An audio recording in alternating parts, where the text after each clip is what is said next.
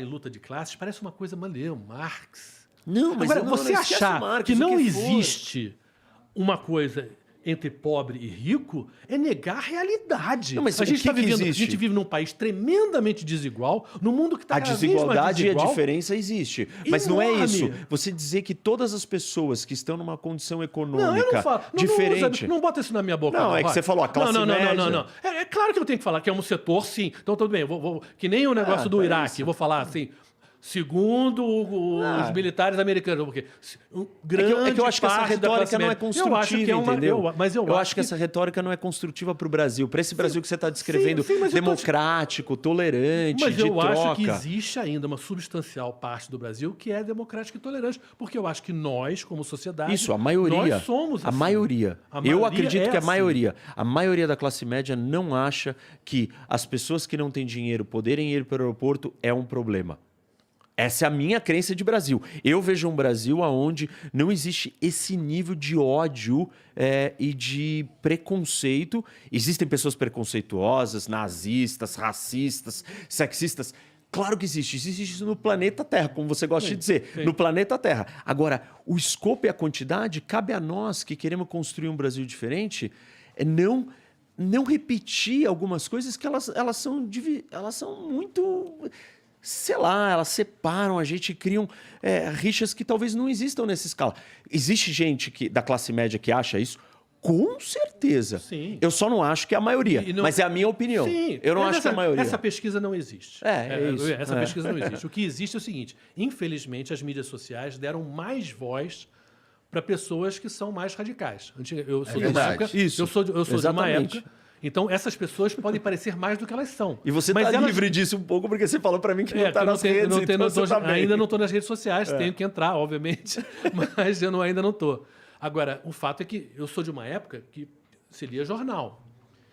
Existia no jornal uma coisa chamada Cartas do Leitor, né? Que se selecionava pessoas que escreviam coisas interessantes de críticas ao jornal, ou de sugestões, ou enfim, ou de comentários. Hoje isso não existe mais. Então, você abriu pelas mídias sociais a capacidade das pessoas de falarem de tudo, opiniões sobre tudo. E aí eu volto para aquela coisa da ciência, do antivacina.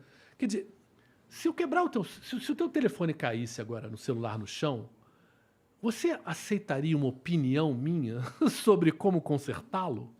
Óbvio que não, né? O Bolsonaro, por exemplo, ele foi esfaqueado. Foi esfaqueado. As pessoas que mais amam ele, as famílias, os filhos, etc e tal, claro, estariam indo ao redor dele, mas agora, no momento de operá-lo, eles cederam a um desconhecido para operar o pai. Por quê? Porque esse cara, baseado na ciência, sabia Claro, o que fazer. Não acreditar nisso é uma Então, aberração. essa coisa antivacina é uma loucura, no sentido de que como é que a pessoa pode achar que você não estudou medicina, não fez epidemiologia, não fez nada, e você é capaz de dar um voto e vira o capitão cloroquina e falar da cloroquina. Gente, sabe, é um absurdo, mas infelizmente a gente tem isso como uma coisa muito forte no Brasil hoje, que é todo mundo achar que tem direito a uma opinião, porque isso é liberdade de expressão. Mas, gente, se você entrar no avião, você não comenta para o piloto, acho que você devia fazer aquilo, acho que você devia... Não, é o piloto que entende daquele negócio. Sabe? Então, infelizmente, parte do ataque à mídia, parte do ataque à ciência, é um pouco o ataque a uma coisa do bom senso mais Então, mas sabe normal. qual que é a coisa? Eu concordo com você, só que eu não acho que isso é um problema de direita e esquerda. Eu acho que isso é um problema de ignorância. Para mim, isso é um problema de ignorância. Sim, mas hoje tem esse ignorância ataque está mais na direita. Mas esse tem outras ignorâncias que estão do lado da esquerda. Que são, para mim, chocantes iguais, entendeu? Para mim não são iguais, Roque. Eu acho o seguinte, em relação à democracia, hoje, eu acho o Bolsonaro, ele ataca a democracia de uma maneira que o Lula não ataca nem perto.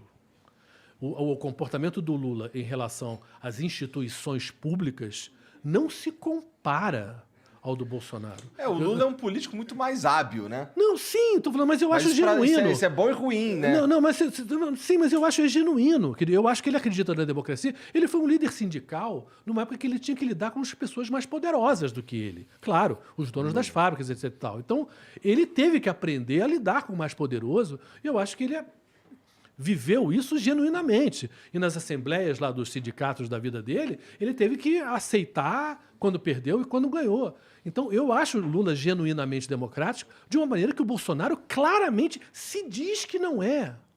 Eu diria o seguinte, o Bolsonaro foi um cara que falou... É um cara eleito pela urna eletrônica que bate na urna eletrônica. Sim, que bate na urna eletrônica. Mas e que falou? Eu tive 4 filhos homens e aí eu fraquejei e tive uma filha mulher. Que isso? Atacando as mulheres? Aí falou... Eu não queria que os meus filhos tivessem nenhuma relação com negros, porque eu eduquei eles bem. Racista. Aí falou, se um filho meu fosse gay, eu preferia que ele tivesse morto. Falou. E defendeu o torturador. Qualquer pessoa que lê minimamente o que é uma tortura, não pode concordar com nada disso. Nada disso. Eu acho que são coisas muito... Não estou falando de esquerda, nem de direita, nem de política, estamos falando de uma coisa decente. E eu não quero uma pessoa dessa na minha festa, no meu churrasco. Eu não quero na minha pelada uma pessoa que diga essas coisas. Porque eu acho que é muito errado a um nível humano, de decência humana. E a que tu atribui o fato dele se tornar o nosso presidente, cara? Porque eu acho que naquele momento existiam 2 coisas. Uma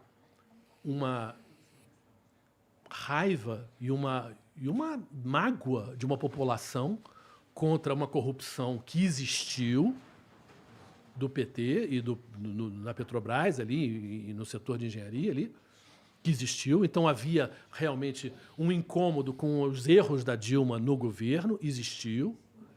E uma vontade de uma coisa nova, sim. E também toda essa coisa mundial de alguém que se apresenta como o antissistema. Antissistema, o Bolsonaro? Não 27 anos deputado federal? Essa é difícil de comprar. Isso eu difícil falo de comprar, desde gente. antes. Eu falei isso em 2016. E aí, Igor? E rachadinha? E um filho que consegue ter uma loja que vende chocolate, que vende menos na Páscoa do que no resto do ano, sabe? E todos aqueles negócios esquisitos dele, e o Queiroz, sabe? É ruim demais, sabe? E a capacidade... Não digo nada. E qual foi a capacidade? Mas o que ele fez de bom? Vamos assim falar. Não, gente, esquece. O que ele fez de bem? Vamos ver. O que o Brasil melhorou? Melhorou na inflação? Melhorou no emprego? Melhorou onde? No meio ambiente? Melhorou em quê? O cara teve quase 4 anos agora. E em que você pode genuinamente falar, não, peraí, isso aqui funcionou. Isso aqui melhorou. O cara... E eu acho que também tem um lado muito grave, que é... E eu tenho certeza que, se eu tivesse mídia social, seria destruído pelo pessoal bolsonarista em termos de ataque. O outro lado é muito mais forte, relaxa. Você não que eu queria conversar, sobre assim, vamos falar como cidadão, assim, sabe? Poxa, é um síndico do meu prédio. O que esse cara fez pro meu prédio?